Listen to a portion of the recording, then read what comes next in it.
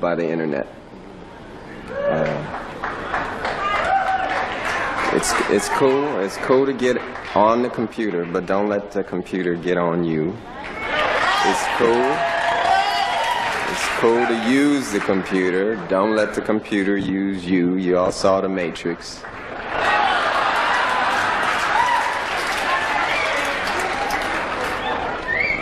There is a war going on. The battlefield's in the mind.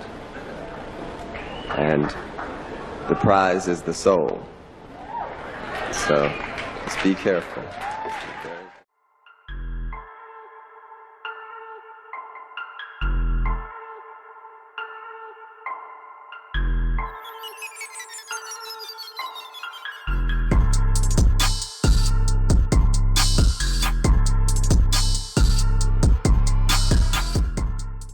Yo, welcome to another episode of the Coach Life Podcast Radio. I am, of course, your host, the Prince of Positivity, Coach Steve. Joined with me, as always, the dime dropper, my co-pilot, Coach Luna. How we doing, Brody?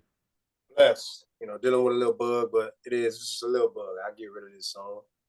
Like I said, man, anytime we get to go on here and get these discussions going, man, it's a blessing. So Facts. I can't.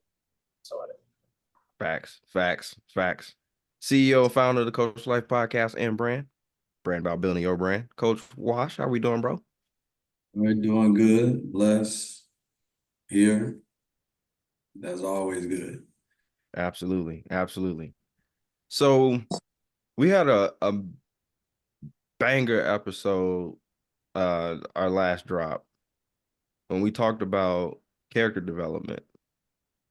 And there was at the end of that conversation, we kind of segued into today's topic to a little bit of a degree.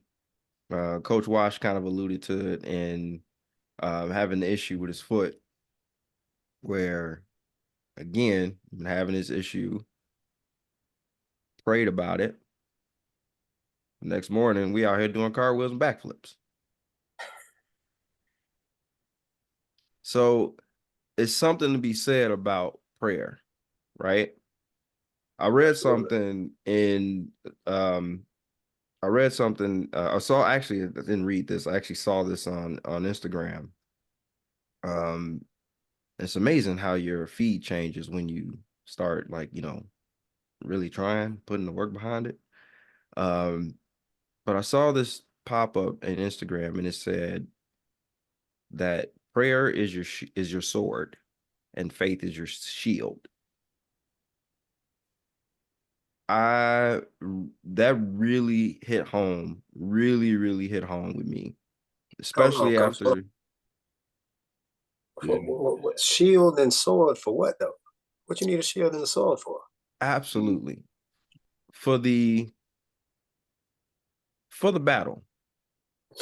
And again, great segue moving into our topic of the day.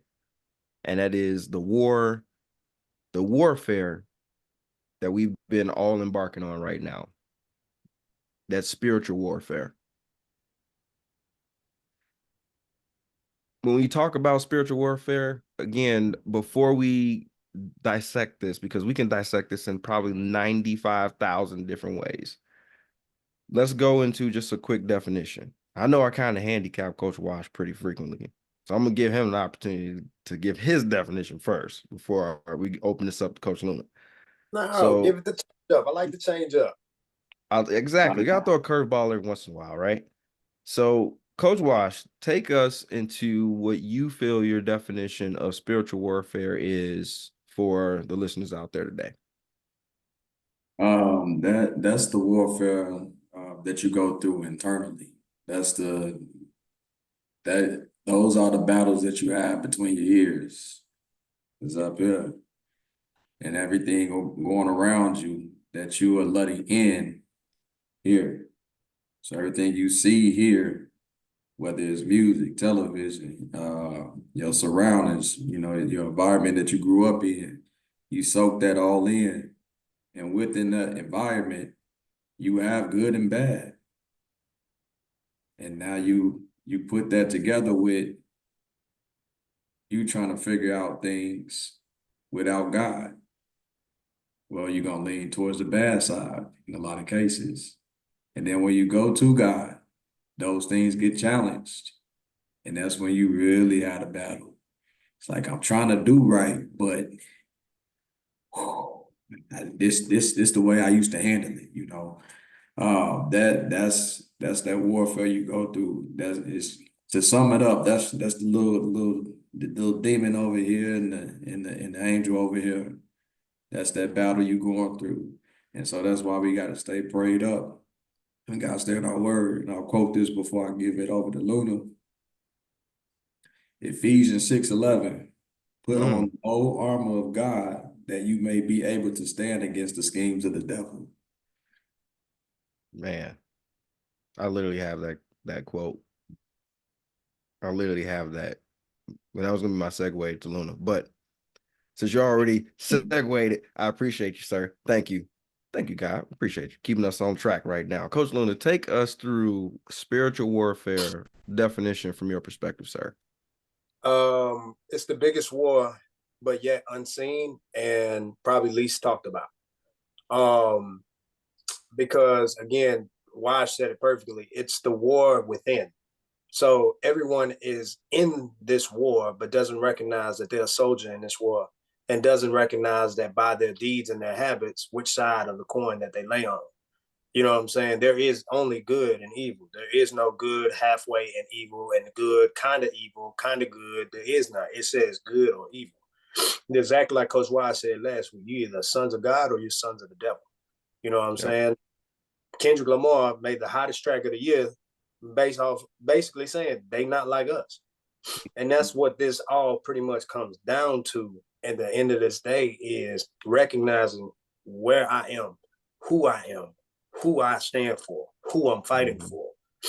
That what makes the spiritual warfare a little bit, it's never easy. I hate using that word, but I gotta say a word that some can comprehend. It makes it easier for me to understand what side I claim to be on. So therefore I have to do these things so that I can have that shield, I can have that sword, and I can be ready.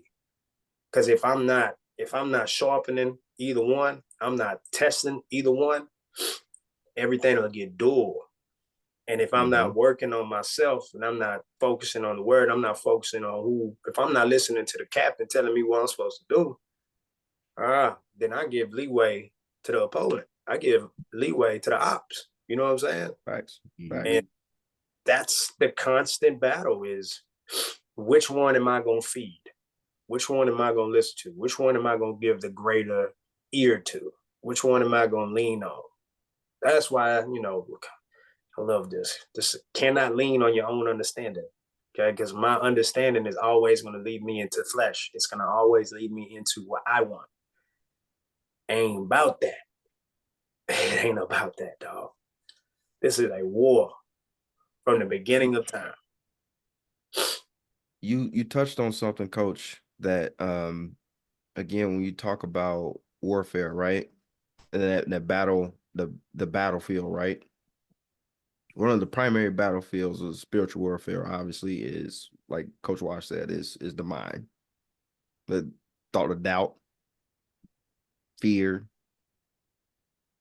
discouragement. Most of that stems from the enemy trying to attack you. Most of that stems from that. Well, Coach, I'll rebuttal. Most of that comes from lack of faith. There you Because go. faith is what? Things seen and unseen. Facts. So this is a spiritual war that I cannot see.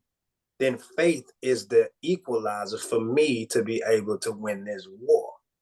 If I lack in that area, then, like they say, he is prowling like a lion, then he is going to find that opportunity to jump on me. If you've ever watched Animal Planet, if you've ever watched National Geographic, how does a lion hunt?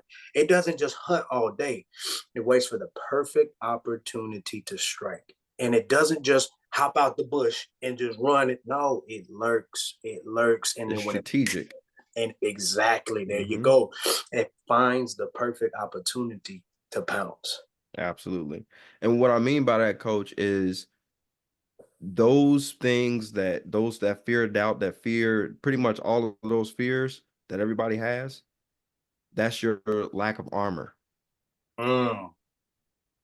That's your lack of armor.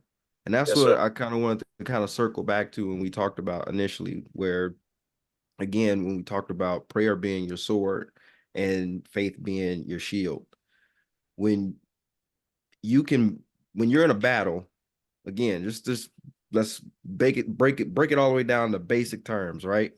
None of us have been in war before, but if we were in war, we would obviously have to have some weapons, right? You have to have some armor, you have to have some weapons. You're not just running out on the battlefield throwing hands. I don't care who you are, you ain't out there just throwing hands. Maybe Mike Tyson probably out there throwing hands and biting ears, but that's him. That's that's the exception, not the rule. Most of us out there, we need armor. We need a weapon. And too many times, we attempt to go to war without picking up our armor, without picking up our weapon, because we think we got it. I got it. I want to take you to James, I think it's 4:7. Submit yourself unto God and resist the devil, and then he will flee from you. Yes, sir. So, not picking up your shield, having that faith, not picking up your sword, having your power of God right in your hand, right there. That's your prayer. You're kind of unequipped. You're kind of unequipped at that point. And then you wonder why you getting defeated consistently. Things Now, don't change until you start putting on the equipment. that's right. Now, one thing I do want to point out, you go too deep down the hole, you won't get attacked no more. Because the devil's saying, that's mine. You Got already it. over here. I don't need Got to it. manipulate nothing. You know who get attacked the most? The ones that is trying to commit to God. Especially if you flip it. If you flipping sides, if the devil thought he had you and you flipping, oh, it's coming. Hard. That's when you get attacked. Now, if things going good, they say the devil can bless you too. You're a child of God or you're a child of the devil. If you full-fledged doing his work, He'll bless you on this earth.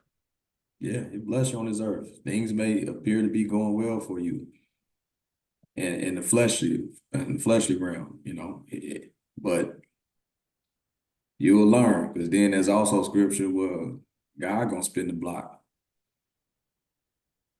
and that train never late. No, sir. It's No, on his sir. time, which is the right time. Facts. So we already touched on this, so we might as well go ahead and open up this box. And that's the enemy's use of temptation. Mm. He knows you, just like your father. Absolutely. Absolutely. Coach Luna, when you are preparing to play a football game, let's say you are no, we're not even gonna say a player. Let's say you're coaching a football game right now. Before you start coaching this football game, let's say you got a week before this game. It's next week, Wednesday. What are you going to be doing from now until Wednesday? Scouting the opponent, checking the roster, going through, seeing what kind of schemes they run, situations, game plan. I mean, we're getting ready for our opponent. Simple as that, right? 100%. Why would you not do that? If I want to lose, right? Correct. So if I want to lose, I'm not going to scout. I'm not going to Correct. prepare. I'm not going to know my Not opponent. You don't care. Hey, You don't care about the game. I'm not trying to win. Exactly. I'm not trying to win. Is the devil trying to win? Absolutely.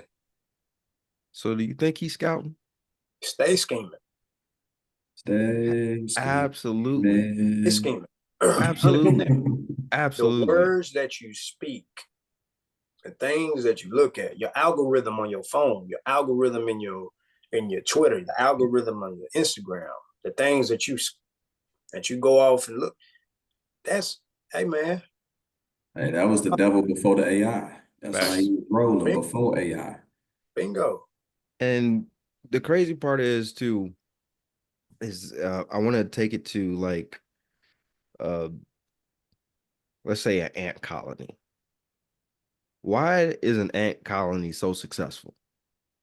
They all work together and everybody has their part and they all understand what's important They got about the same mission.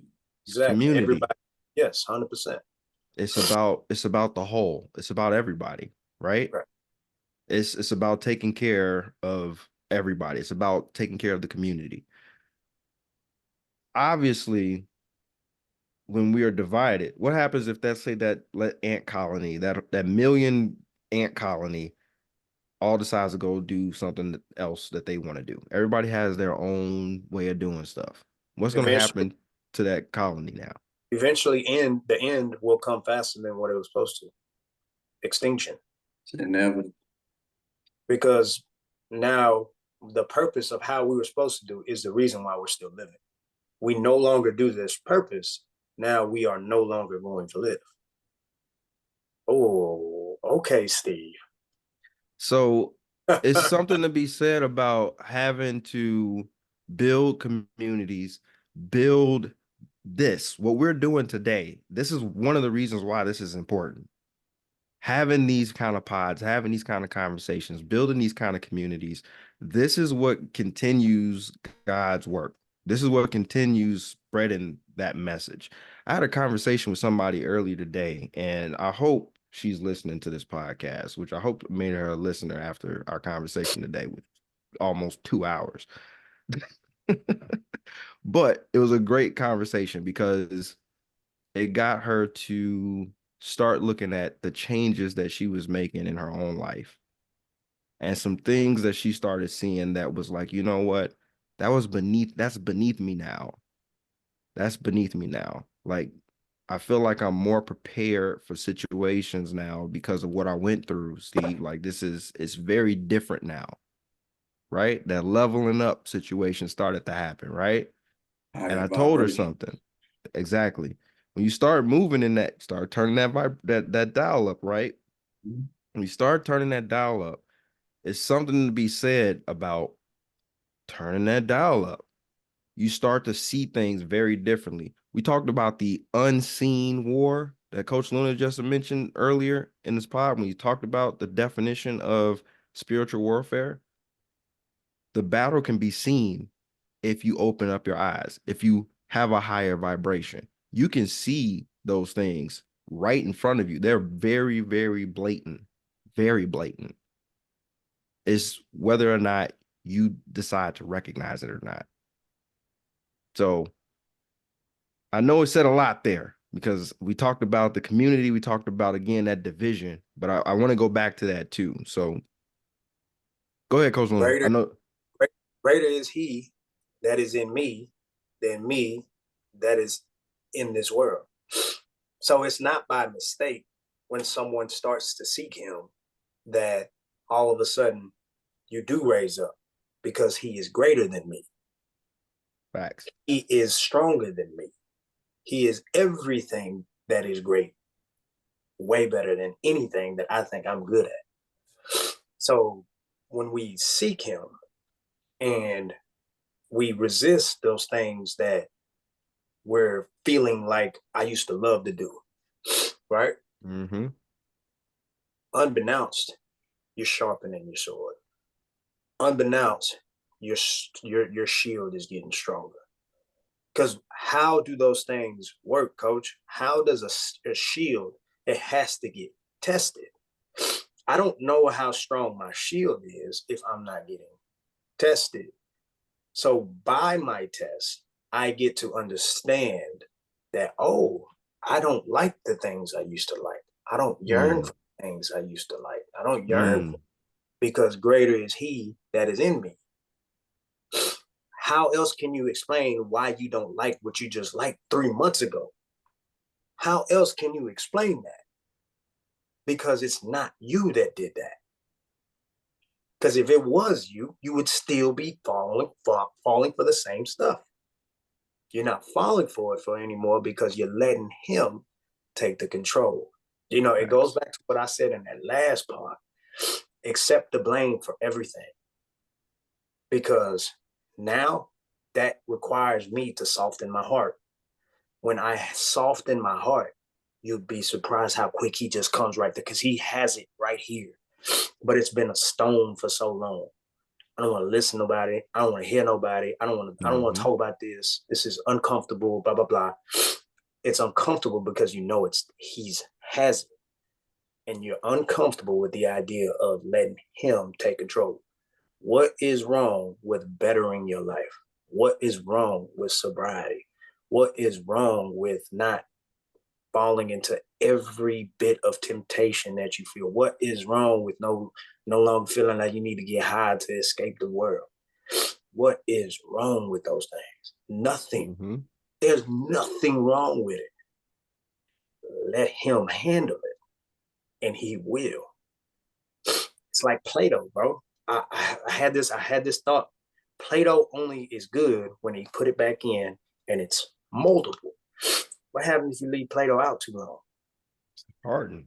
Hardens. Throw it in the garbage at that point. Warfare right there, coach. When I'm out there too long, my heart hardens. I get that callous. All those experiences and everything that I consistently fall into is hardening. That's my Play-Doh. This is Play-Doh. That's why it's moldable. And when he gets his hand on it, it's a wrap. Coach, you hit on something because you made me think about something else, a good segue to go to, because Coach Wash already alluded to this. Again, the enemy doesn't attack you when you're weak. He attacks you when you're strong.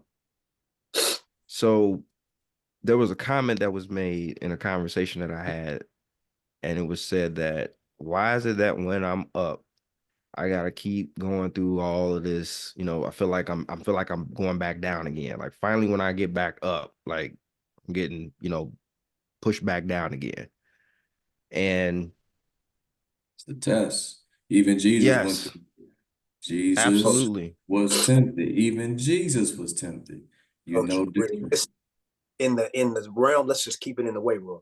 Resistance builds what? Strength. Builds strength. It builds endurance. So when you get the resistance, that's that opportunity that we've talked about to develop. Hey, I'm glad you reached this. Hey, did we just talk about this last week? What I call that CE? Absolutely. Continued experience. Absolutely. Experience. But here's builds character. Here's the question that typically comes up. But coach, why has it gotta be so hard? Why has it gotta be so much? Why has it gotta be this? Why has it gotta be that? I wanna ask you guys a quick question. Okay. None of us have been to war, right? None of us have been in the military. None of us have been in war. And here I am. Right. And here, yes. Not right. in the sense that most would think, right? Right, exactly. When you think about going to war, what is the purpose of the war? There has to be a victor and someone is trying to claim something over the opponent. First thing you said, Coach Luna, was that there has to be a winner, right? Somebody's got to win, period. That's the whole point of the war. War is not fair. It's not supposed to be fair. It's just supposed to be won, period. It's not supposed to be fair. So when you feel like you got this big challenge and this big boulder that's sitting on your chest, and you feel like, why me? Because you. That's why. Because you. Now move the boulder. Yeah. With his help. John, I think it's John 15:14. Because it dawned upon me this while I was in class. So, bro, I'm telling you, my mind is literally like, any time I'm thinking, bro, I'm Googling something that just pops. God chooses you, you don't choose God. Man, So he'll force putting you to do some stuff. when he's doing that, he's literally right there with you the whole time. He's just like, this boulder is what you crying about? This boulder, watch this. Ye of little faith. Yep. Ye of little faith. And it's gone just like Just that. believe me, man. That childlike. He literally said, signs of a mustard seed, childlike faith. Just believe and let me work. I got you. It takes patience too. Yes. A lot of it. Patience. But know Now, that when you get, I'm gonna let you go, Wash. But I gotta add this. When you ask for patience, know that you're gonna get tested on that too. You're You're going to getting get tested what on you that prayed, too. but you don't get what you prayed. How you think you're gonna get it? Yeah. There's gonna be the work that has to get through, and then Maybe your not. blessing to receive it is on the end of the lesson. You know what I'm saying? You don't get 100 just because you showed up for the test. You got to take the test. That's right. You got to pass it. That's Bingo. the fruits. If not, we're gonna run it back. Yeah. That's the fruits. Yes, sir. Tree don't go there squeezing out fruit. I ain't never seen a tree struggle to squeeze out fruit. Right. That's the after effect of the work that's done, right? So I have to ask this question for a listener that asked when I told them the topic that we were going to be talking about today. How do I know when I am under a spiritual attack? And what should I be looking for when I'm under said spiritual attack? I would have a question first. Okay. I would ask that person, how much do you pray? Do you pray? That's my first question. Mm-hmm. And what are you praying for in regards to that attack? Now, I'll refer back to the story I told about my foot. Now, that was a little taste of God just throwing something at me. You know, I got my healing pretty quickly. I got my answer pretty quickly. It was more than just the foot. It was another message with that, right? But it was like, I got your attention. But I specifically, once you get into a certain level of spiritual maturity, you know what to ask when them attacks come. What I tell y'all I prayed for tonight. I didn't say, God, just pray for healing. I did do that, but I said, open my eyes to anything that I'm missing or don't understand. Because I knew, and that's just due to time that I've been on this journey, I knew there was something else to it. I knew it was something that I needed to see that I was missing. What am I supposed to be learning here? What's the wisdom that I need to get from this? What is the lesson to be learned? Those are the things I will go in to pray about. Is that prayer happening? Have you been praying? Have you been getting closer to God? Mm-hmm. Where is the attack coming from and what form is it coming in? Because a lot of times it's going to be something very close to you. It's going to be an easy grab, you know. And you know what? Go ahead, coach. I gotta go here. You have to have a level of humility to understand that everything that happens to you and being shown to you and someone saying something to you or you having a vision and while you're sleeping, there's a purpose behind each one. Mm-hmm. You know, what I just did right now, I was just counting to see, like, I've had 33 dreams so far that I've documented this year. The year before I had 23, and like the year before I had like 12. And the reason being is because that's the unseen, right? I don't see that with my eyes. I don't see that with my conscious mind. So when my mind goes into the spiritual, what am I seeing in there? What am I supposed to be taking out of here? What does this mean? What does it mean when I walk into a football field that I didn't even recognize But now that I'm working at the school where I'm at, I see the same field. What does it mean when I found a rattlesnake on that field? What does it mean when 3 weeks ago I'm sleeping and I have a dream that my knee is getting twisted in my sleep, and I wake up and my knee is bent inside, and I have horrible knee pain, and I had leg day that day, and I was supposed to do my jumps and everything that day. I easily, mentally, the first thing I wanted to do was text my people that I work out with at 5 a.m. and I wanted to say, hey, bro, I don't know if I'm be able to do it, man. My knee is killing me. But immediately what I heard in my head, ye of little faith. I said, you know what? No. I know exactly what this is. You want me to take a day off so that you can pounce on my disappointment of me not doing and sticking to a discipline. You want me to feel lonesome. You want me to feel disappointment because that's where you feel like you got power over me. I'm not going to let you have that, Pop. Greater is he that is in me than me. So I'm going to pray and we're going to do exactly what I'm supposed to do because I'm told to do this. Document everything, bro.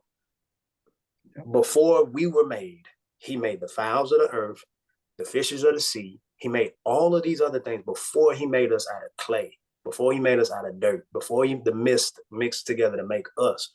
He made all these other things. These things have wisdom, way more wisdom. That's why we give enough credit to the animal kingdom on how they operate. They've been here longer than us, right? So knowing that, an interaction of a random dog, cat, bird, squirrel coming up to you, they only are living off of one thing: frequencies. Don't go up to strangers. Why do they feel okay to do that? They don't just go up to anybody. They feel, they sense, same way we do. You know what I'm saying? He has given us gifts to look at people. You know, other people have created religions and beliefs based off of everything that was already written. They just go ahead and pervert it. But you could look, the eyes are what? The mirror of what? The soul. Eyes are the mirror to the soul. You can look at someone's eyes and you can stare at their eyes and you can go ahead and just by staring at them, you know, oh no, this is a lot. Impure. You this know is a lot. Not, this is not right. You know, and then you know, the Japanese, they even took it a step further. They call it seppunku or something like that, the eyes.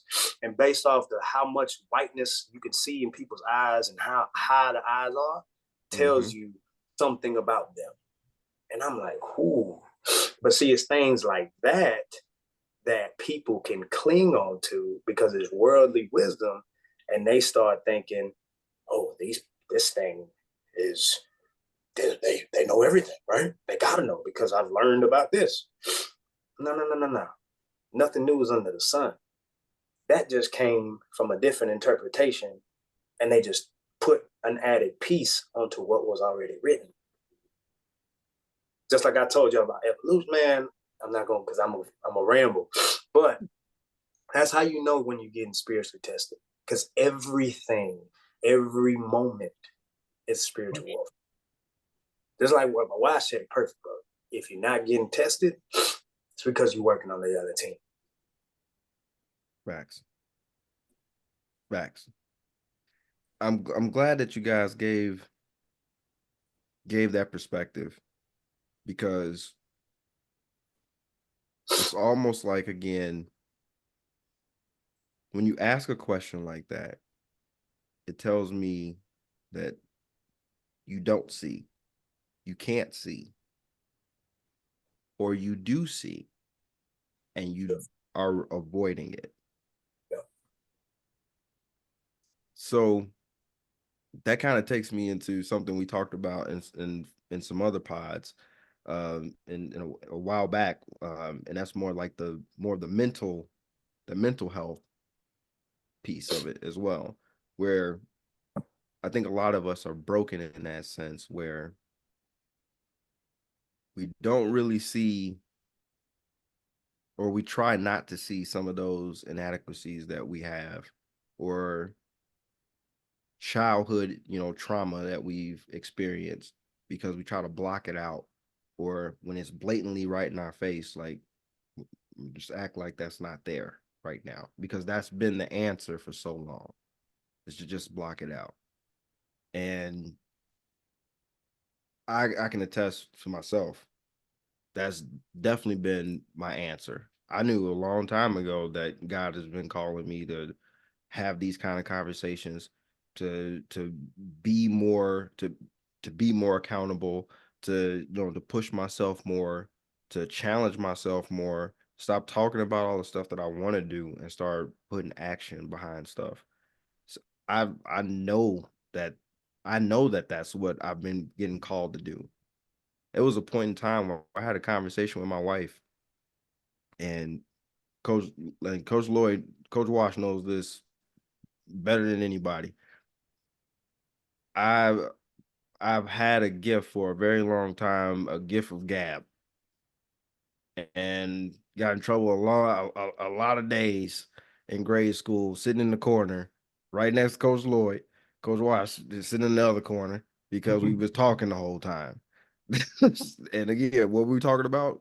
Nothing. Just talking just to be talking. And it was probably, it had to be like over 10 years ago. I was walking, we was in the grocery store with my wife, and I saw somebody, and they ran up to me. It was like, "Oh, Steve, man, how you doing, man? It's nice to see you again, man. This has been going on in my life. This has been going on." Like literally just vomited their entire life since the last time I saw them. And I walked away from that conversation, and I kind of was just just done. And my wife was like, "You all right?" And I'm like, "I'm just tired of, like, why is it that people, I feel like they can just come to me and just dump? I don't like that. Like, why is this a thing?" Like, this has been going on for a very long time, and I don't understand why do people feel like they can just come and just dump. And I don't feel like I have the capacity to help them or tell them, what they need to hear to get them through whatever it is that they're trying to go through or they're going through right now. So why am I getting this? And she told me, she was like, that's just your gift. That's just your gift. And you're gonna have to come to terms with, that's just your gift, and you're gonna have to figure out a way to use your gift. That's, just do it. Just use your gift. And it wasn't until multiple of those conversations from her where I started mentoring. I started coaching a little bit more. Like, it was already enough that I was coaching football and everything at that time, but like outside of that, I wanted to just kind of just be normal, right? Just not not have to be a coach, not have to be any of those things, not have to be a mentor, not have to be a manager, not have to be any of those things, not have to be a decision maker. You're asking, at that point, I'm asking not to be a man. Like, that's essentially what I'm asking for right now. I'm asking for a break. No, you don't get those. I'm sorry. That's your job on earth as a man. You don't get those. And if you're crying about getting them, sorry, you don't get them. Some of us have gotten called to a higher power. Have gotten called to a higher position. Have gotten called to a position where you need to be influential in a positive light. Some of us just forced to do it. And I think, I can't remember if you said it, Coach Luna, or if you said it, Coach Wash, but if you don't go that direction, God will make you go that direction. He'll move you to that direction. Come hell or high water, you're going to get that way. If Yeah, that's your purpose, that's where you're going. run all day, run all you want. And whatever you running towards, if it ain't him, it ain't gonna work. Nope. And you gonna constantly redirect. It's gonna be a GPS telling you where to go. You're gonna keep making the wrong turn, and you're gonna keep getting rerouted. Rerouting. This is exactly what's gonna happen until you run out of gas. And that's it. But you know what this has made me think about something that's just really been on me, and reflecting back, like you have to, as far as like having your armor, you have to be bold. Aside from just being, we talked about being rooted in God. Um, we can get there, but you can't do it alone. We're not supposed to do it alone. We're supposed to fellowship. We're supposed to serve. We, as much as we may not want to be out here, because Luna already spoke about it, like that's where you get hardened, but you still got work to do. So it's like, as long as you got your shield and your sword, you prepared to be out there. That's what he gave it to you for. You have to make sure you are equipped to do that work. And you got to be bold in it. So with having your shield and your sword, you're going to be able to go out and stand on your business. You're going to be able to stand on his word. You're not going to have a problem with being unique and being an individual, being not cool, whatever the world want to consider as cool. And you're going to stand firmly in that. And I think that's where a lot of us get deterred. And the warfare comes with what's being fed to you by the world, starts putting those question marks in your head. And the minute you get a question mark, it's followed by another and another. Yep. You don't stay rooted and prayed up. Because everything, as I've been saying in our messages, it was written. Yep. It was written. We talked about victory.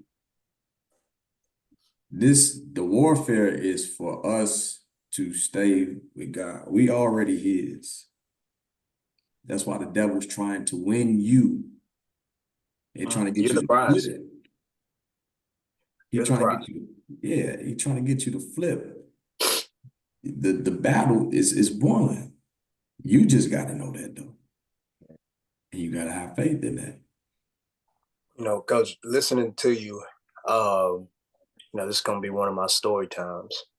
Go ahead. This also manifests into the physical realm. In 2010, bro, when I was living at Bobcat Villages, I remember this and I'll never forget. I'm sitting there watching TV, getting ready for bed.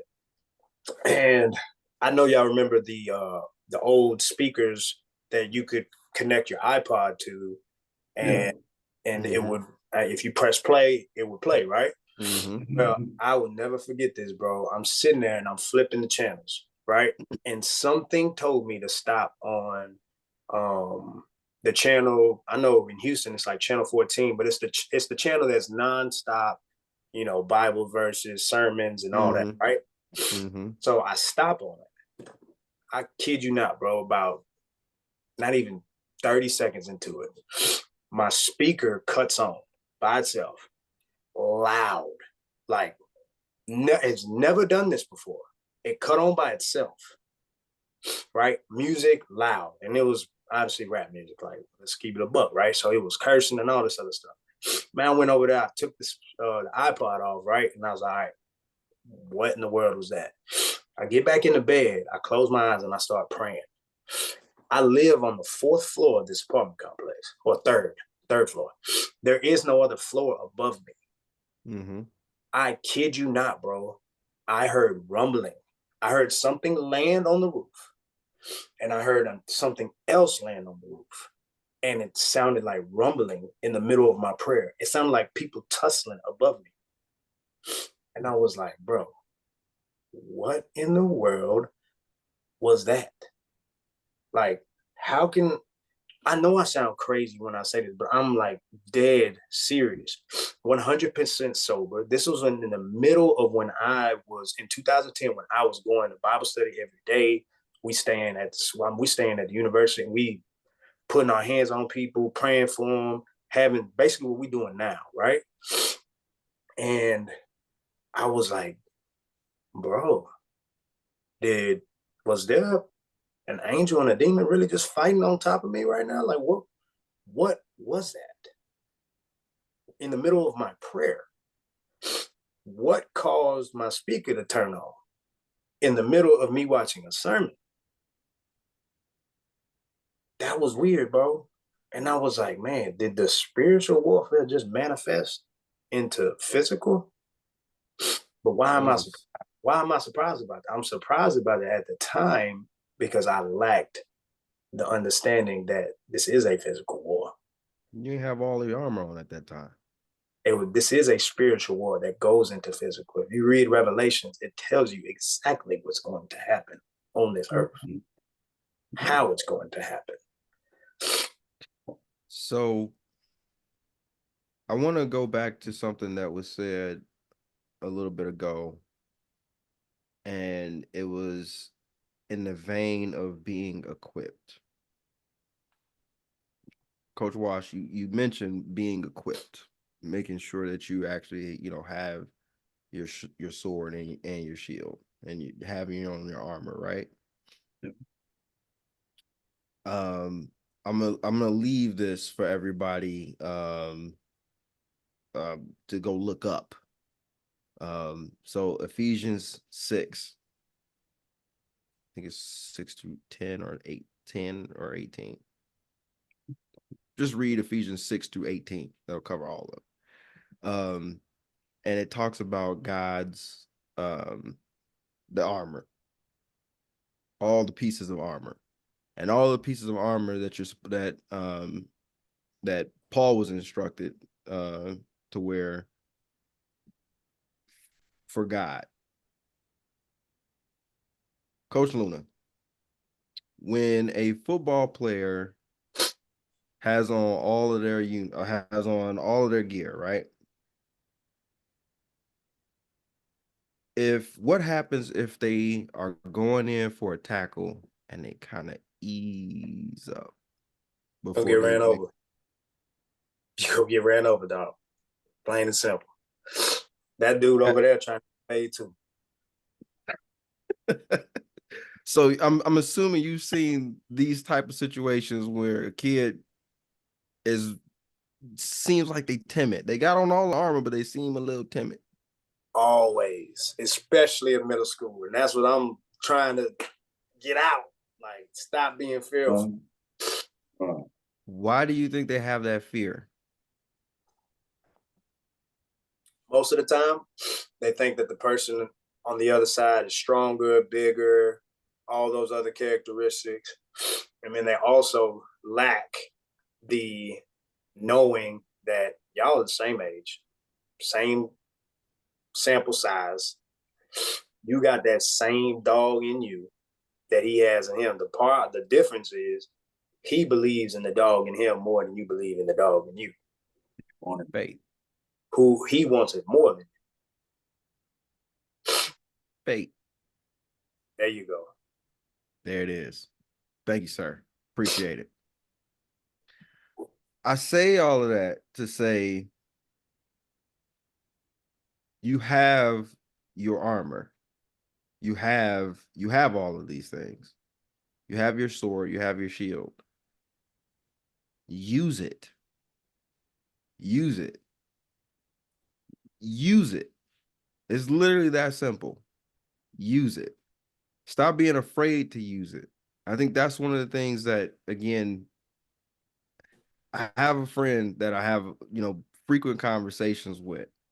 He runs into issues pretty frequently with his job right now. And I have conversations with him on a regular basis. And a lot of stuff that we talk about is obviously work related, but I always tend to kind of tie it back to faith. Always tend to try to pull it back that way for him. And he don't want to hear it. Doesn't want to hear it every single time. But I'm not going to stop doing that because that's what you need to hear. That's what you need to hear. So the goodness of God is requiring of you. Absolutely. That's why this is so important. We have to have these conversations. I never was at a point where I could comfortably get in front of a camera and talk about this and not feel resentment, my own resentment, because of the guilt that I was giving myself because I was lukewarm. there's a true passion here, bro. If anybody knows me, but I don't know how to do anything halfway. Right. That's why. Oh man, that's exactly why the enemy knew exactly where to get me. The first time I tasted that alcohol and the time that I had with it, whom I had that time with, it led me immediately to let my guard down and say, okay, I can still pray and I'm still here, so I'm going to be forgiven. So I'm just going to go ahead and do what I want to do. I'm going to drink until I pass out, right? That is evident in a lot of people's lives, bro. We get comfortable with the idea that I can substitute him. Get comfortable with the idea that I can exclude him, and he's literally right there with me all the time, seeing every deed that's written. When in the book of life, everything that you've ever done will be right there in front of you. Every single deed, every single non-deed, right? So the more I'm trying to hide, the more I'm condemning myself. So what is that doing to me, man? That's requiring me to check myself. That impulse is requiring me to have to change and shift. And I have to respond, bro. I have to respond. There's no accident on why you feel the way you feel. There's no accident on why your boy asked that question to you. Because he feels it. That's why when you're asking that question, I say he cares. He cares. People that don't care don't ask questions about faith and don't ask questions about where they may be. Every question that people ask, especially about faith, shows exactly where they're currently at. And I know where you are at because I was there. I was there just last year. I was there just 2 years ago. You know what I'm saying? I was there. But I got to let him do what he needs to do. And as I read his word is my shield. You know what I'm saying? So as I'm reading that, it comes in me and it becomes part of who I am. It becomes part of my oxygen. It becomes part of my thoughts. It becomes part of what I want to see. It becomes what I want to hear. It becomes what I want to speak. So it's in me. I have to recognize it, let him do what he does. That's why I said last week, take yourself out of the equation because self makes you think that you're in control. Have discernment through growth of the word to know what you're supposed to do and what you're not supposed to do.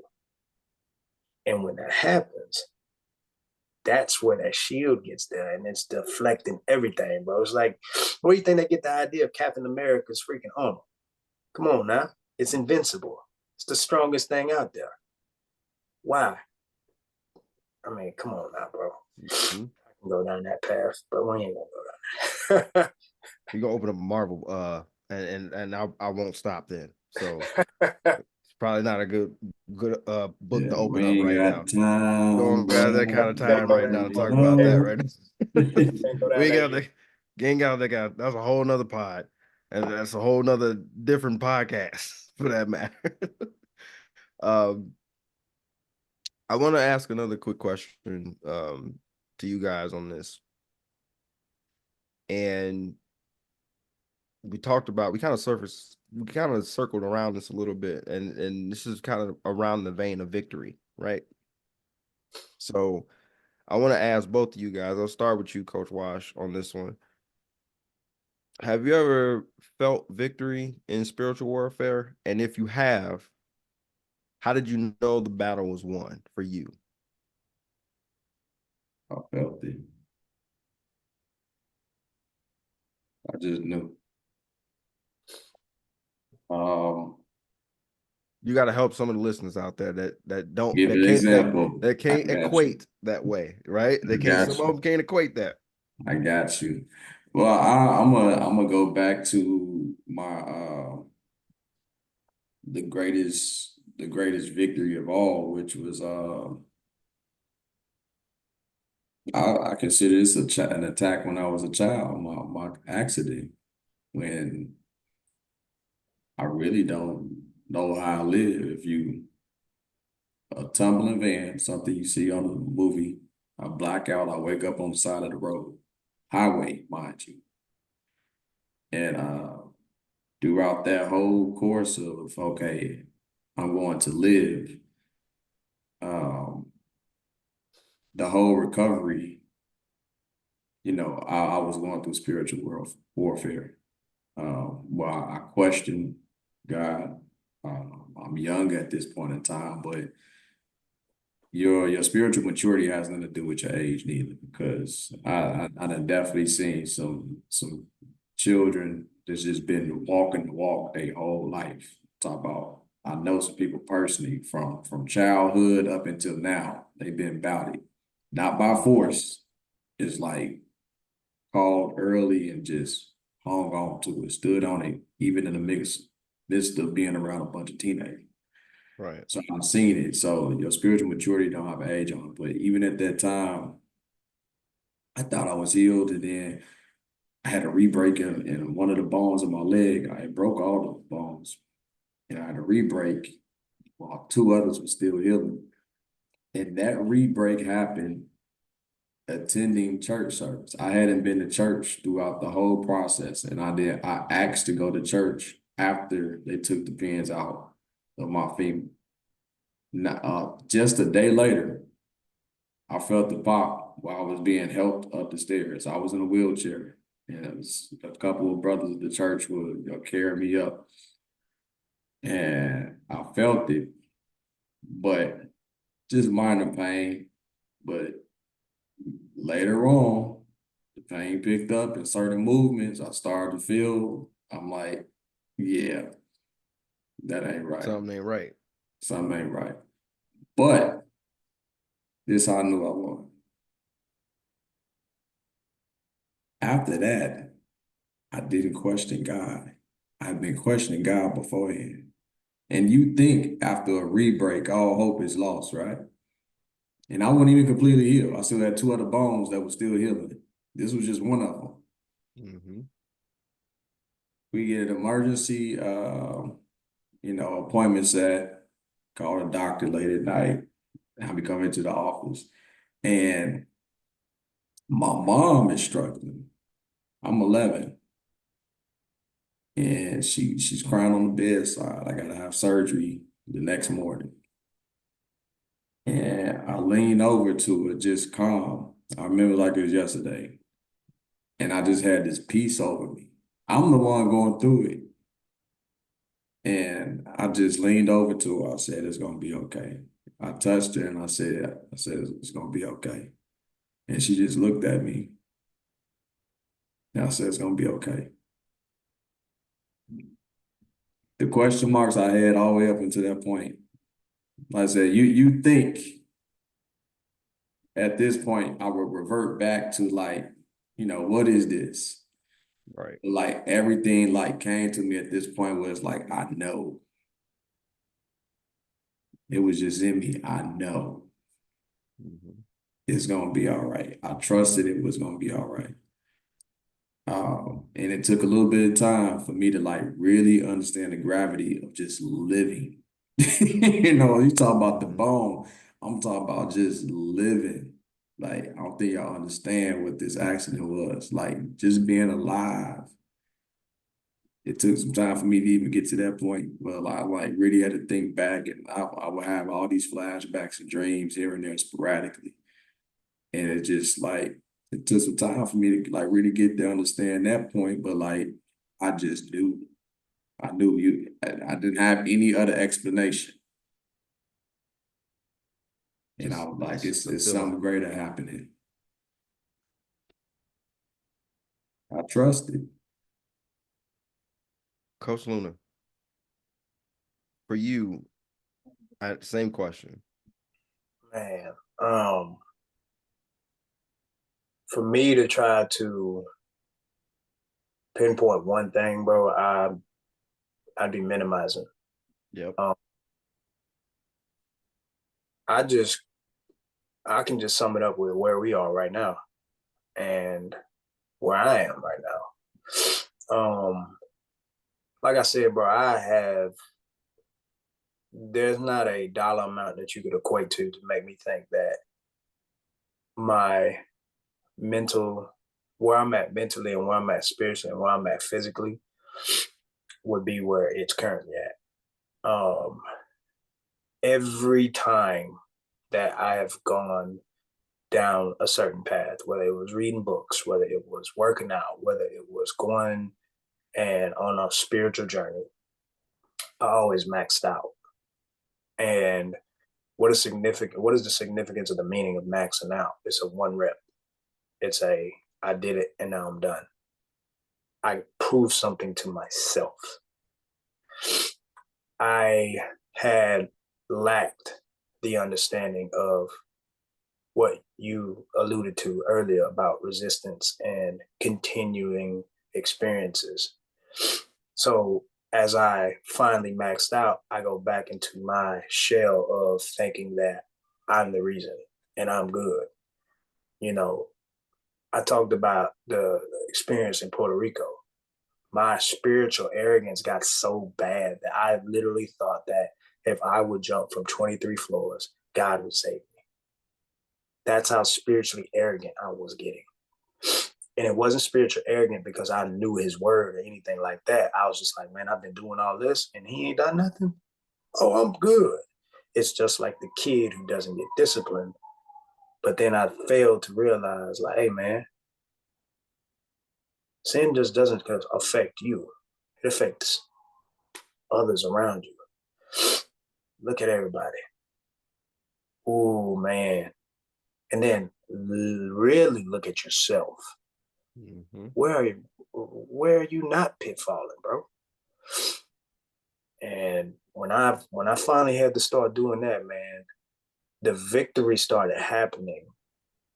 Not because I did something. It was because it was already there. I had to go and claim it. And even now that I'm claiming it, it's not over. It's a continue, keep going. You know, Mm-hmm. I know, like, if I want to try to equate one situation that I remember, and this was in the beginning of this year, I'm leaving my homeboy house, bro, blasted, shouldn't have drove.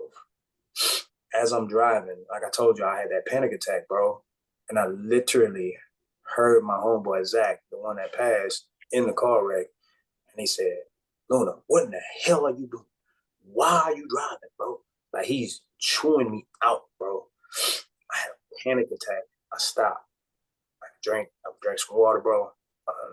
I get home, and then the very next day, my homeboy calls me, and he gets on my hat about the situation, bro. And he's like, "Man, how can you do that knowing what just happened 3 months ago? Like, what if we lost you, bro?"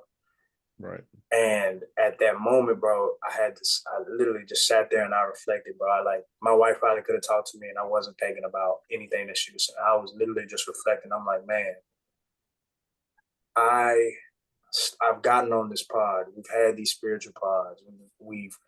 I talk about lifting. I talk about embetterment. I talk about mental, all this other stuff. But yeah, here I am, still battling my same demon that I've yet to conquer. I've yet to be able to say, no, I don't want to drink. No, I don't want to do that. I've let my temptation and let my urge take over and lead me everywhere because I want to do it. Spiritual arrogance. So when I finally started feeling that victory, was when I finally was able to say no. And I did not feel guilty about saying no. When I started feeling that victory is when we can talk about this and not feel discouraged, not feel like I'm going to be judged, not fearing that I'm going to be judged, not fearing that I may lose relationships because I understand that that's part of this process. So the victory has been ongoing and still going. The victory is everywhere and it's evident. I just have to continue to listen. And for me to listen, I have to know what I'm listening to. I love how you said that.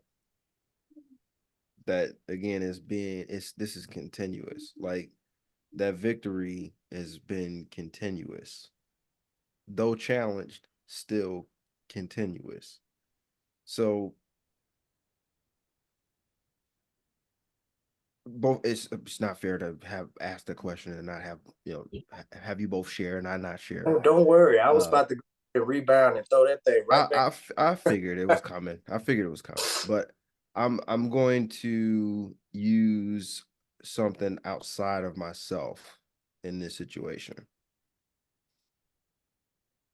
Since the beginning of this podcast, I've made it a concerted effort to start mentoring, to start coaching more.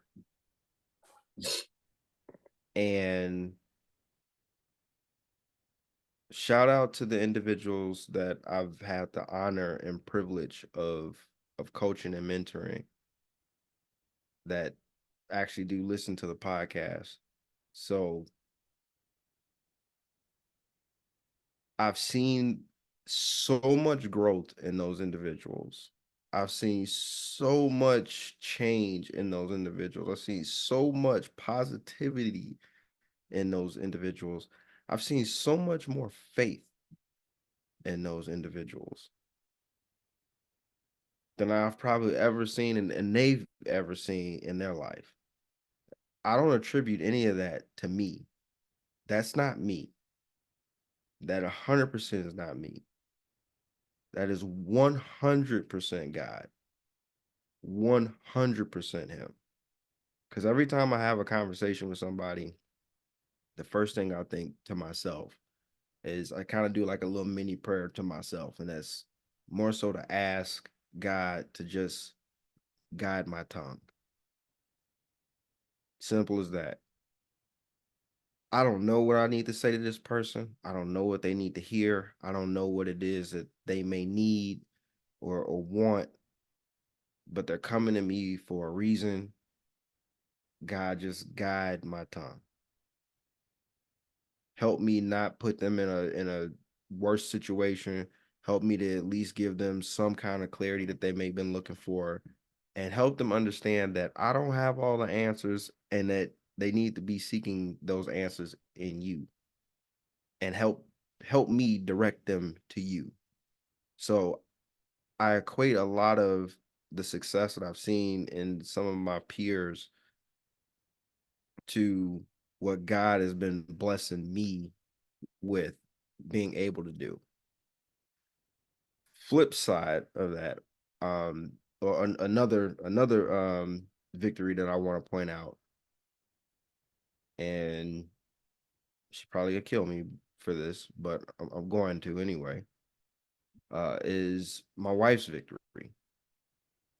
Most of you guys that have listened to this podcast, and I know you guys know on the podcast that my wife had breast cancer. And I put an emphasis on had because she is cured. So going through this process, seeing her go through this process, watching her become more faithful, become more of that soldier that I always knew she was, seeing her putting on her armor, seeing her pick up her sword, pick up her shield, and go fight the fight.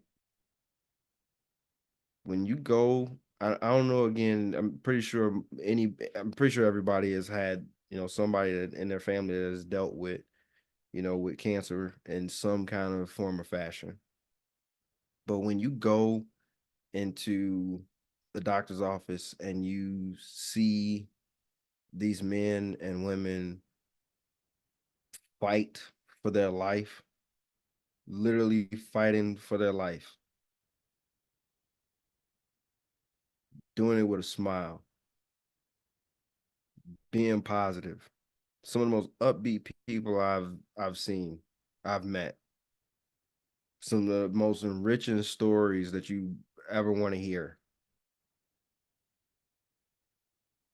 It's something to be said about being told that it's over, and you saying, nah, it's just begun. So watching my wife fight through what she's fought through and having the mental capacity to continue to push through where others would have easily packed it up and said, well, this is it, because challenge is hard. When I saw my wife go, challenge accepted. So when we talk about that victory, man, like when you see stuff like that, you can't go left. You can't go left. The writing's on the wall. It's there. It's literally there. The writing is literally on the wall for you. And if you can't see that God is working in those kind of situations like that, then you're never gonna see him at any point in time in your life. So I'm glad you guys kind of shared that. Before we wrap up, um, I wanna go real quick, and I'm gonna give it to you, Coach Wash. I'm gonna give it to you first. Closing remarks before we wrap up this conversation on spiritual warfare, sir.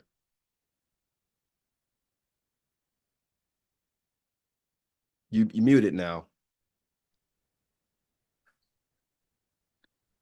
There we go. All right. I want to first say, I don't have a piece for this evening. So All good. we're gonna start with that. In short, I know it's tough, man. I mean, we talk about it, and Steve is the one with the gift. I don't know. I guess I got a gift for words in a certain way artistically, but some things I can't. It's hard for me to explain. And I guess that's why I came up with continued experience, because unfortunately, I can't really prepare you with words. I can share, but you have to go through your own. And you've probably been through it. But it takes for you to actually release control and actually give it all up to God. Leave it up to God. That's when a change happens. And it's not a genie in a lamp. And that's where people get lost, and they continue to go through this same cycle, rinse, wash, repeat of being lukewarm or struggling to even get there before they even get on fire for God, struggling to even get to that point just because you are looking to win a lottery ticket, and it don't work like that. You're not gonna draw the right numbers one day and it's just gonna be a payout for the next 30 years. It's not that at all.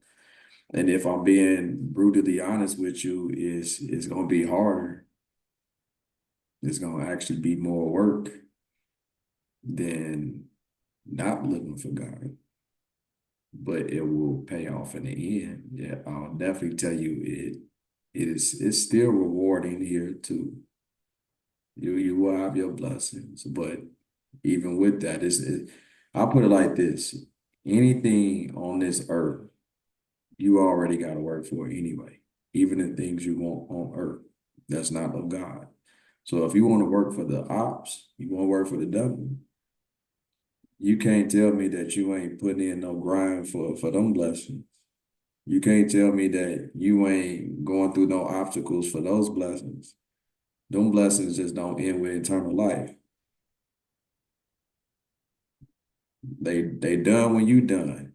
when Right. when this temporary rented body right here is done, that's done. Playtime is over with, Jack. So you might as well get it for the good while you here. Go through it and fight the good fight. Coach, That's how I know this is divine, bro. I was going to try to figure out how I'm going to tie in what I want to say with what you just, but you just finished it perfectly.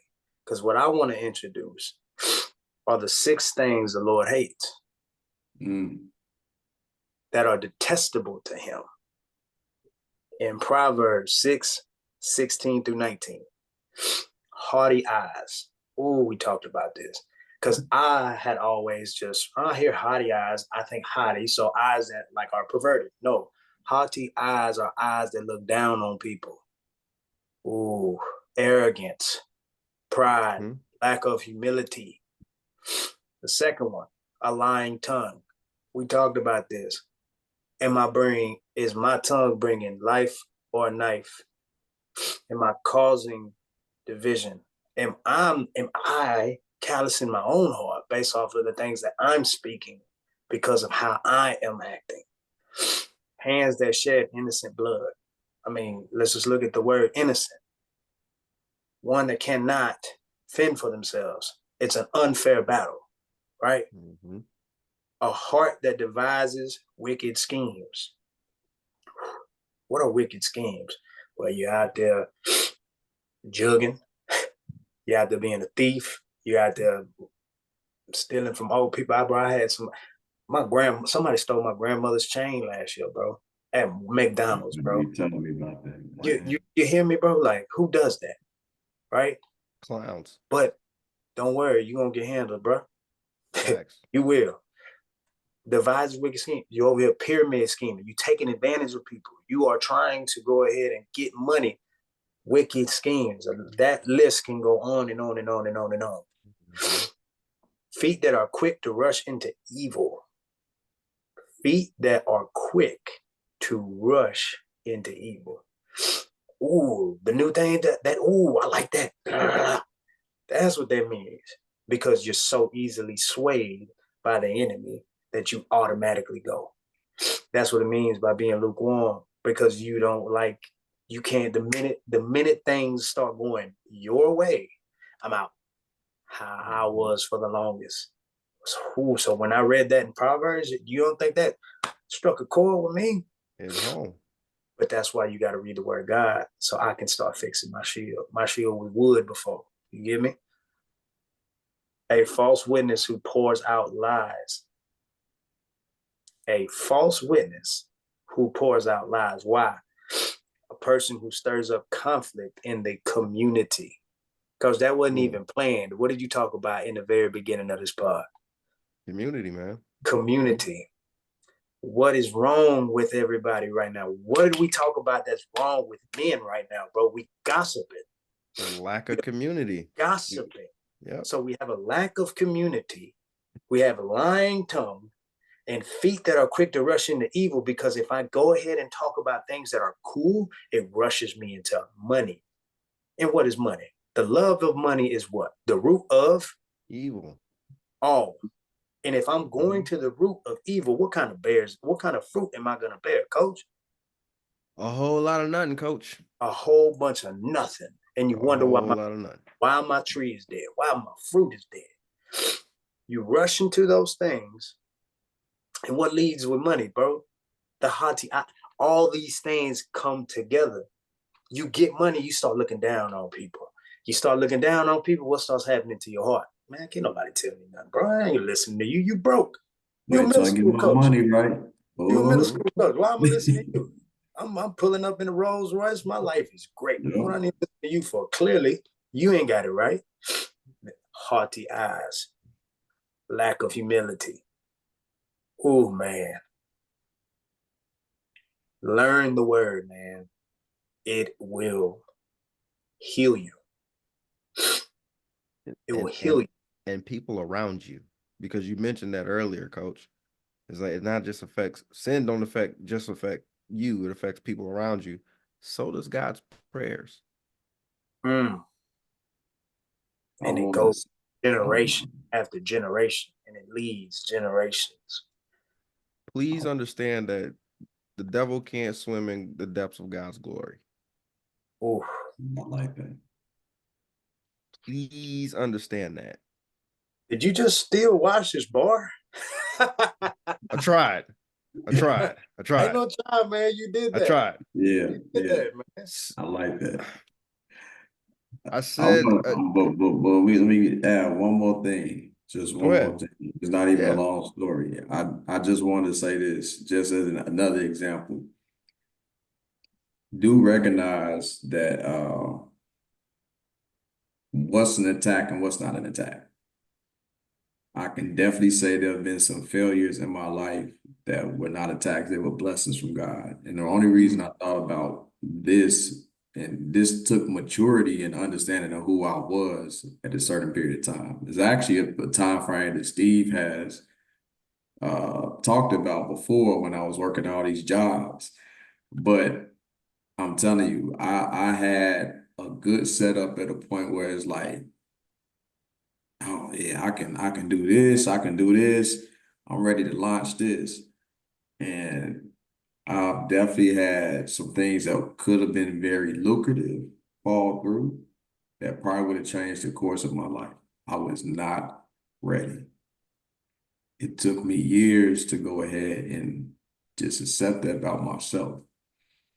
As good as I say I wanted, I would like to say I was as a person. A lot of people felt that way, I wasn't like all bad, but I know it would have been a Kanye moment. Wait till I get my money right. It definitely would have been. You can't tell me nothing. At that time, it wasn't the right time. Right. It wasn't. And that was God. That was an attack from the devil.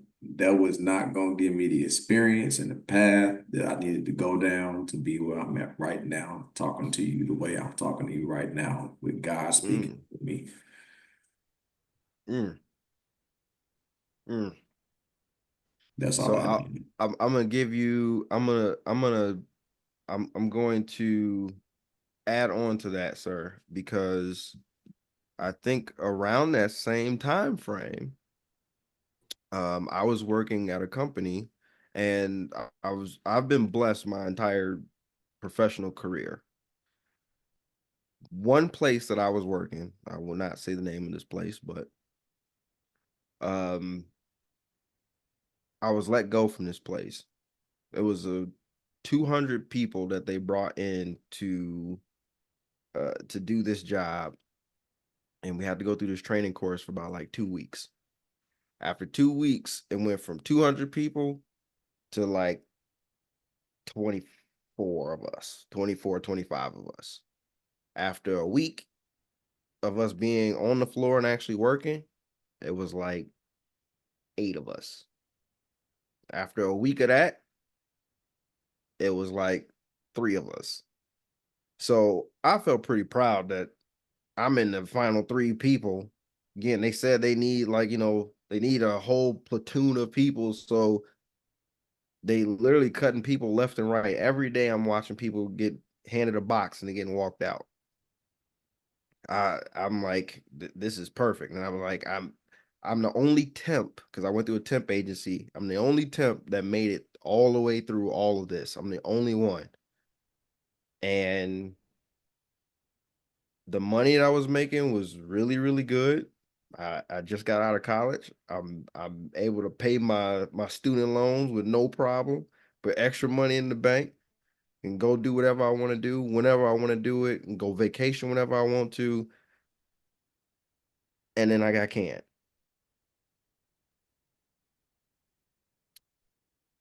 I am so grateful that I got canned when I did, because one of my friends started working there, making really good money, moved up into a manager role, a supervisor role. Um, I found out that a lot of the managers there were doing a lot of drugs inside of the building, doing a lot of deals and cutting deals and making money under the table and doing a lot of stuff that they probably shouldn't have been doing. I would have been wrapped up and involved in all of that stuff. But I got canned right at the perfect opportunity, right at the perfect moment I got canned. where I could have made an opportunity to move into a supervisor role myself. I can't. And it put me on a track to do something else. And oddly enough, it was on track to start helping and serving others. It's funny. So I said all that to say this. Your strongest battle that you are ever going to fight, obviously, we've talked about this before, is right here. And all of us, I think all of us have shown that we all have been unequipped at one point in time. We've all been unequipped at one point in time. And it's important to make sure that you suit up spiritually and understand that that fight is not against people per se. It's against principles. And you're not alone in that battle. Because God's armor is custom fitted to you. It's custom fitted for your fight. Just like when we get, our football gear as football players. Most of us got custom fitted helmets and whatnot. Unless you played for, my high school, you got whatever we had. Some of us had leather helmets. This is why we don't play football today. But just understand, again, we've said this before, but enemy is going to attack you when you are weak. So understand, you have to understand you need to be strong. I just want to add one thing. I want to add what you're saying. God doesn't hate you for what you do. He hates the act. He knows our humanity. He hates those acts. If you read that scripture, he doesn't say the person one time. He only labels the characteristics. So it is.